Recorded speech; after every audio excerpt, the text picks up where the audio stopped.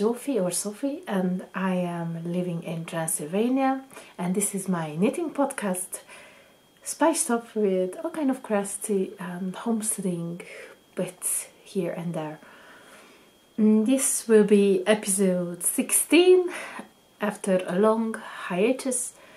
Actually, all summer long I was not present online, not even on Instagram or other platforms.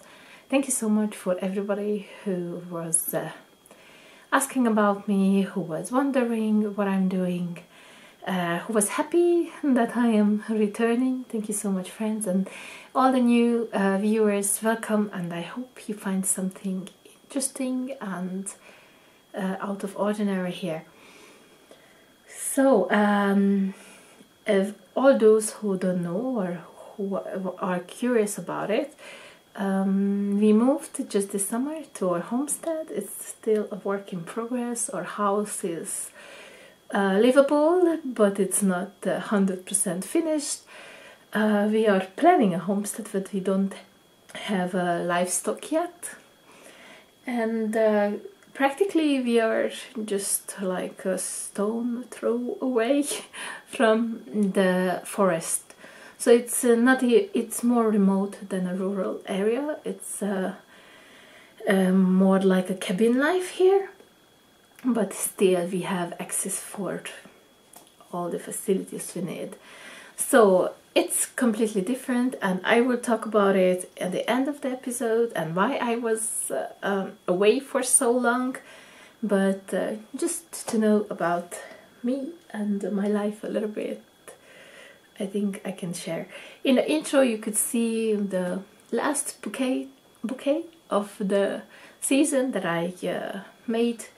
I was experimenting this year with some cut flowers, and yeah, I will show them to you too. But since this is a knitting episode, and I need to show you some knitting, even though this summer I did not knit as much that I usually do. My knitting mojo was yeah, pretty lost, and sometimes, I don't know, before I couldn't imagine that I would stay a week without knitting, but there was 1 week passed and I didn't even touch my knitting, and it's just, yeah, it was so many other things to do. So, and I have a few projects that I completed, but I ran into a lot of test knits that I started, and almost at the end I just did not finish it. So I'm deeply apologizing for everybody, or mostly of course the designers, that I had to say sorry, but I could not complete the project. But I think this is what it is. How can I say? If a leave of knitting is kind of comes naturally, then that's it. I don't think anybody should force themselves to knit or to be present on social media, etc. So just this is my motto. So during these next episodes I'm gonna show you all those knits from the summer that I kind of made but did not show it to you. Sorry. So all those knits from the summer, and try to finish those that maybe need just like a couple of rows or sewing together, and present it to you. And I really want to be again more present. So the first thing I will talk about is what I'm wearing, and it's the Mimungo pullover by Tati, Nutsknitwear. Yeah, Tati, she is a designer living in Holland, and she also has a presence on the YouTube channel.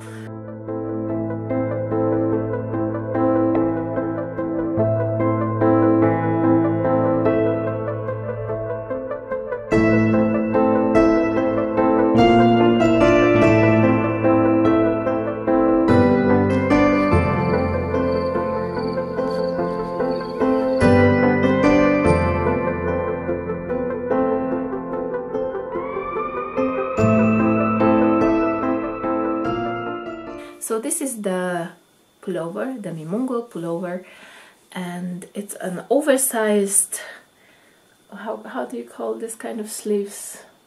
Not bishop sleeve, but more,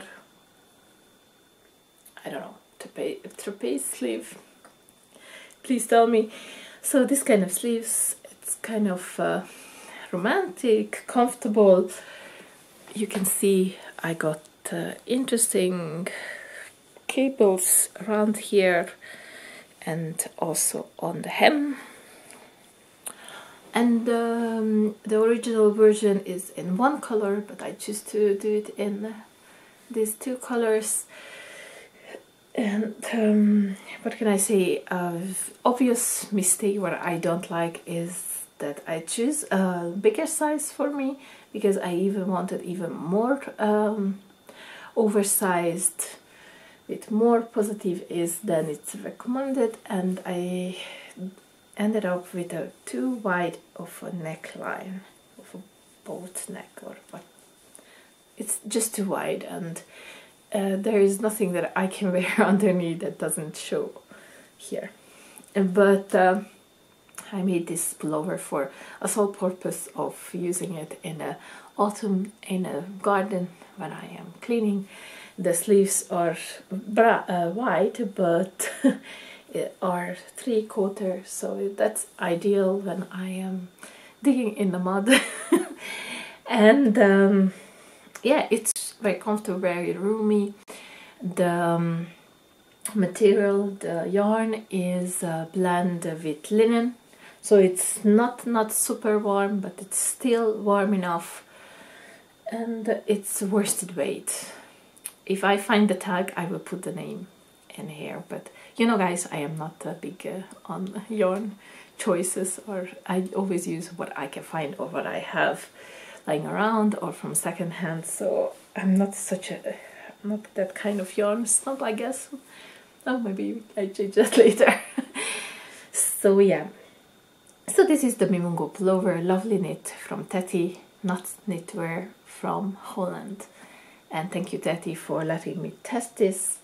I used this pretty much really, I found it very useful in the garden, and I think it's a romantic, lovely pullover, and I would knit another one that is just a little bit more fitted, and maybe, I don't know, start with a smaller size for the neck, or something, to not to end up with just too wide of a neckline.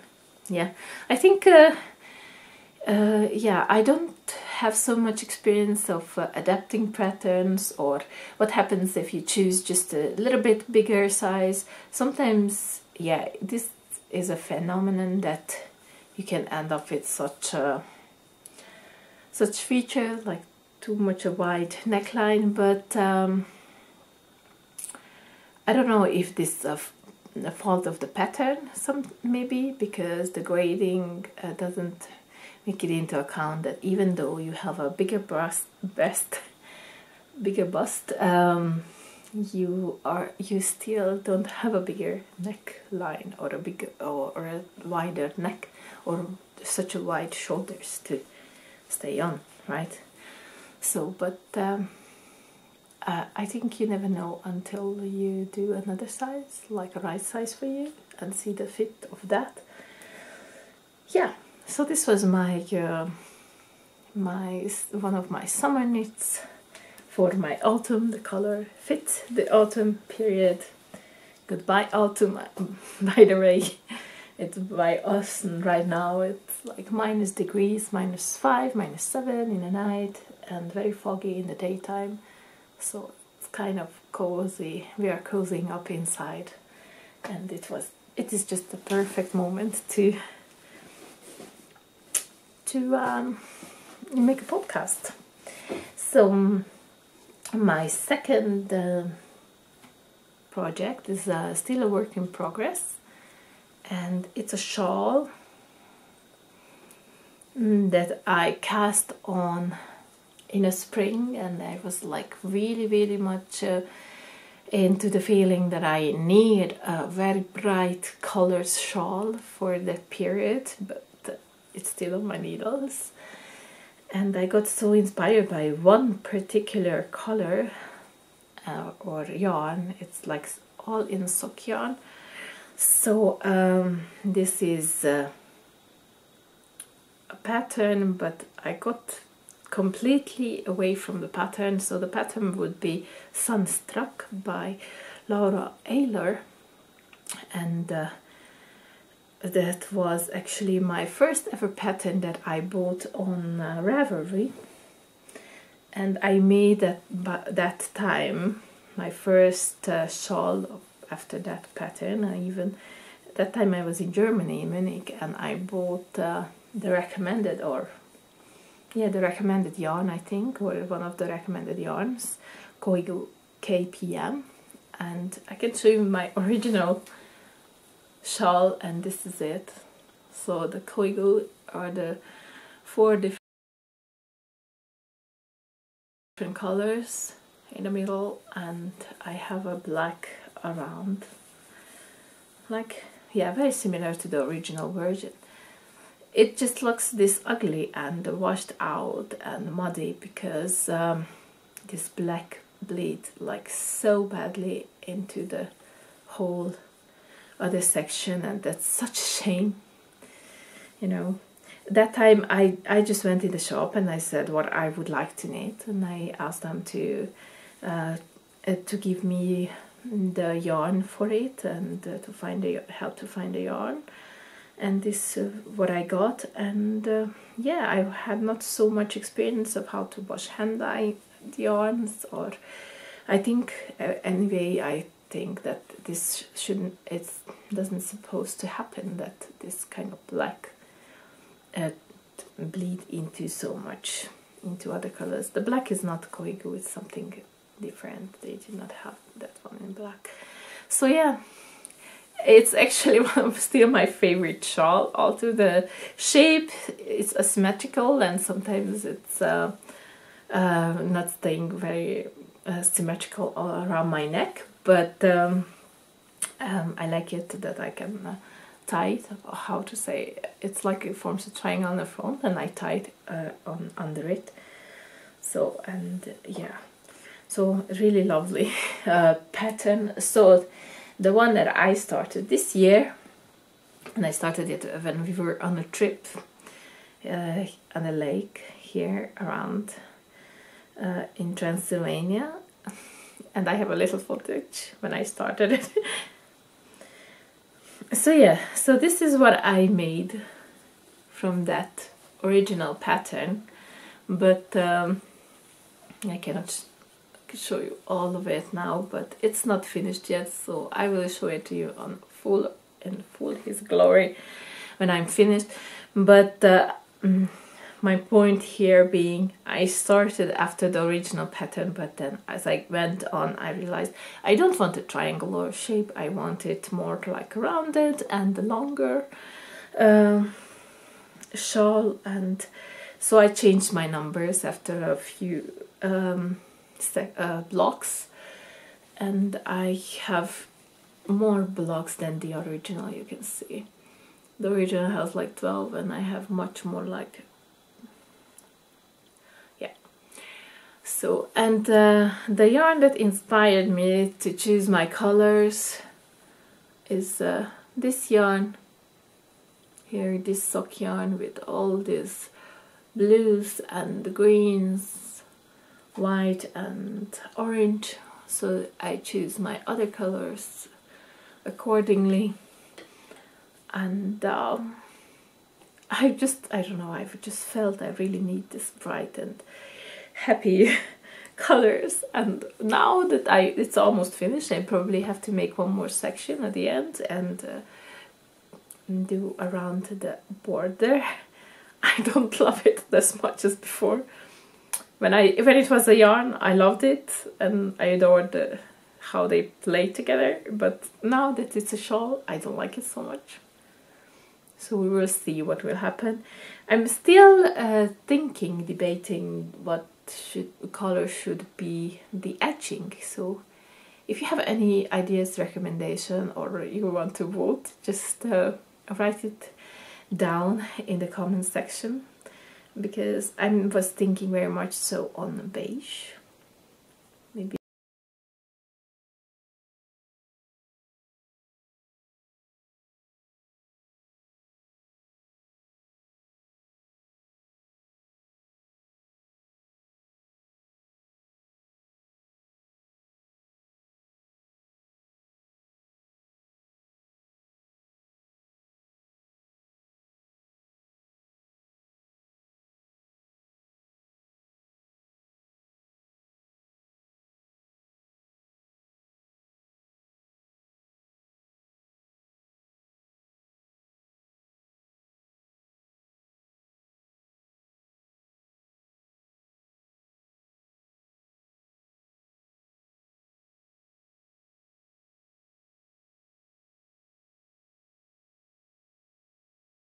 So this project we started with some other podcasters in the beginning of the year, and we decided to make a call for it, so the Tudor Roses KAL.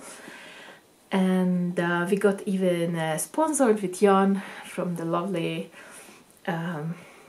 virtual yarns company from Britain. So the original Alice Starmore yarns from the Hebrides. And yeah, I was putting so much energy in the beginning into it to get the book, to talk about it, and very excited about the yarn, really lovely, and photographing it. And then it came all this hiatus period in my life, and I did not knit much on it. I also, ran into the problem of not being able to meet gauge, and I did not want to change my knitting style, so I am not knitting it on the original gauge because I did not want to go down for a dicky weight yarn go down like too thin needles, like 2mm needles. So I'm knitting actually a size smaller. I'm medium size instead of a large on my preferred needles and preferred gauge. So what I have here now that I have knit in my hands, it's the first section of the back. The almost finished with this color work section, and I show you here the original pattern, and the yarn are these lovely 100% wool dyed in the fleece colors, Pebble Beach and Snow Petrol. And these are, as I said, from virtualyarns.com. The recommended yarns, the original Alice Starmore yarns. So yes, and these are lovely with 100 colors in it, especially this Pebble Beach. It's really rich and yeah, really rich and amazing blend of yarn.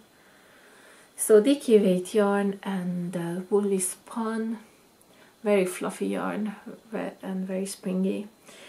So, but the Tudor Roses KAL runs until the end of the year. So you would say I am pretty much behind with all of that. That only started the back, but no, I've been pretty good. Oh, and actually I have my first project bag that I have to show to you. All it's housed in this bag. And this is cottage number 9, and I got this back in a yarn swap from the lovely Susan of Wild Ireland Cottage podcast, knitting podcasts. Yes, thank you so much, Susan. And yeah, actually I did a pretty much I did a few swaps in the summer with some viewers and other knitters. So as I go, probably I will show them and mention them as well. So, but this bag is really lovely. It's really actually very good now, because it all has this Christmassy and wintry feel, with the doggies wearing hats and bows and stack horns. So but my point being here, inside I have actually for my Cathrine Parr 2 sleeves. Yay! 1 sleeve and 1 more sleeve. So I was very good, and it was really a great decision for me to start with the sleeves, because I don't get bored after, you know, when you have to finish the body and you're still like, oh my god, I still have to go with 2 sleeves. And also I did that because of my gauge, so the gauge purposes, so that I have the sleeve and I can measure my gauge on actual knit, because sometimes that's different from a little swatch. It can happen.